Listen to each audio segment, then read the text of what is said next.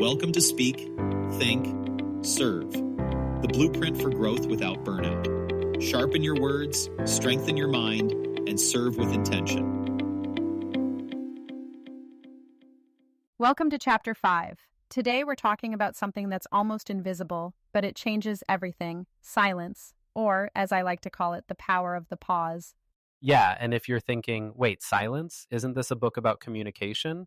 That's exactly why we're here, because sometimes what you don't say is what people remember most. Exactly, and there's real science behind this. Dr. John Medina, he wrote Brain Rules. He says our brains crave breaks. When you pause, you're giving people a chance to actually process what you just said. It's like a punctuation mark for your brain. I love that phrase, neural punctuation marks. Yeah, and Harvard Business Review did a study on this. They found that when speakers pause strategically, people see them as more confident and competent. Not louder, not faster, just more in control. A few seconds of silence can make you look like you own the room. And it's not just theory. If you watch TED Talks, Simon Sinek, Brené Brown, Amy Cuddy, they all use pauses before their big points. It's like the silence makes you lean in. You can almost feel the anticipation in the room. Absolutely, and I used to think pausing was just for dramatic effect, but it's actually about giving people space to catch up. We can only absorb so much at once. If you just keep talking, people tune out. But if you pause, it's like you're saying, hey, this matters, let it land. So I'm sitting in on a leadership training with a regional sales team recently, maybe 15 people in the room. You could tell there were some underlying tensions, especially between the team lead and one of the newer managers. At one point, the lead makes a comment about performance, something like, well, some of us are still figuring out how to show up on time and communicate like adults. Everyone laughed, but not in a good way.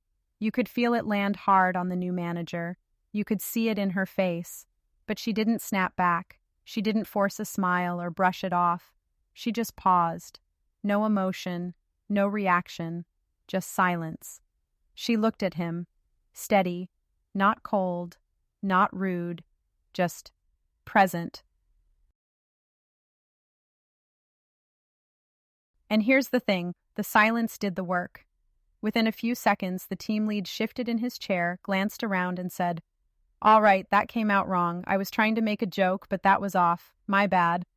Silence can be the most powerful thing you bring to a meeting. Perfect. And it's not just in sales team meetings. I've seen it on job sites, in client meetings, even in one-on-ones. The pause is like a reset for everyone's nervous system. It gives you and the listener a chance to reflect and think. Let's talk about leaders who use this well. Barack Obama, he's famous for those deliberate pauses. He'll get a tough question, and instead of jumping in, he just waits. You can see people hanging on his next word. That's presence. Satya Nadella at Microsoft does it too. He'll let the silence stretch, and it makes people feel like their input actually matters. And it's not just a style thing. Google's Project Aristotle found that psychological safety is the #1 factor for effective teams. When leaders pause, it gives space for others to speak up. It's like saying, I'm not here to dominate, I'm here to listen. There's also data from Gong.io. This is for all the sales folks out there. Their research shows that top salespeople pause longer after asking a question, especially after quoting a price. It's almost like whoever speaks first loses control of the conversation. Want me to role play that? Yes, please, let's do it. All right, picture this. I'm the salesperson, you're the client. I say, the investment for this solution is $1,800. Now, most people want to fill that silence, start justifying, explaining, maybe even discounting. But if I just wait, you, the client, have to process. 9 times out of 10, you'll either ask a real question or just say, okay. The pause shifts the power. It's not about being pushy. It's about being confident enough to let your words stand on their own. That's so true. I've seen the same thing in feedback sessions. If you give someone feedback and then pause, it shows respect. You're not rushing to soften the blow or over-explain. You're giving them space to respond. It's a small thing, but it changes the whole dynamic. And it works in tough conversations too. Like if someone's upset about a plan changing on a project, just listen, pause, process, take your time, and then give a strong, confident, meaningful response. Okay, here's what I think is best, given where we are. That pause is what steadies the ladder, not the words themselves.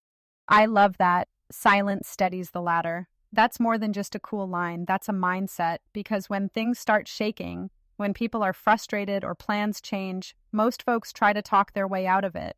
They climb faster, hoping words will fix the wobble. But that often makes it worse. The pause is what steadies the moment. It signals confidence. It gives everyone, including you, a second to reset your grip. That's leadership, not filling space, holding space. All right, let's get practical. How do you actually use the pause? First, try this. When you introduce yourself, pause after your name. I'm Imani. Pause. I help teams find their voice. It feels weird at first, but it makes people pay attention. Yeah, and if you're someone who says or like a lot, don't beat yourself up. Just swap those fillers for a breath. It's awkward at first, but it builds discipline. Toastmasters actually trains people to do this. Silence boosts clarity and presence.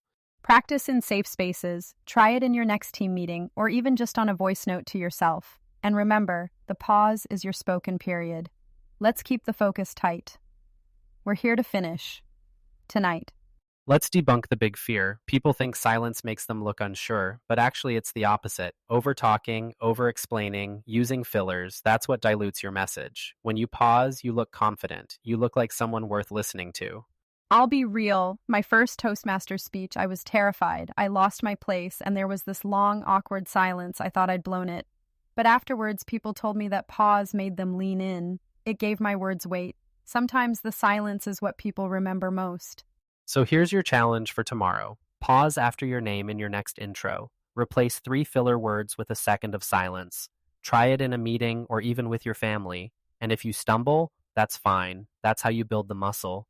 And share your wins and your stumbles in our community. Drop your own sticky phrases or stories about how a pause changed a conversation. That's how we all get better. Don't just listen, do the action items. That's what makes this stick in the real world.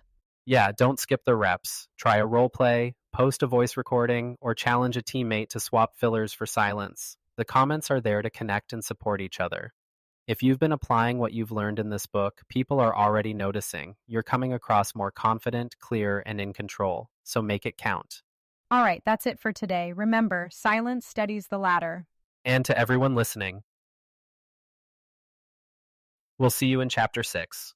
Priceless. You've been listening to Speak, Think, Serve, the blueprint for growth without burnout.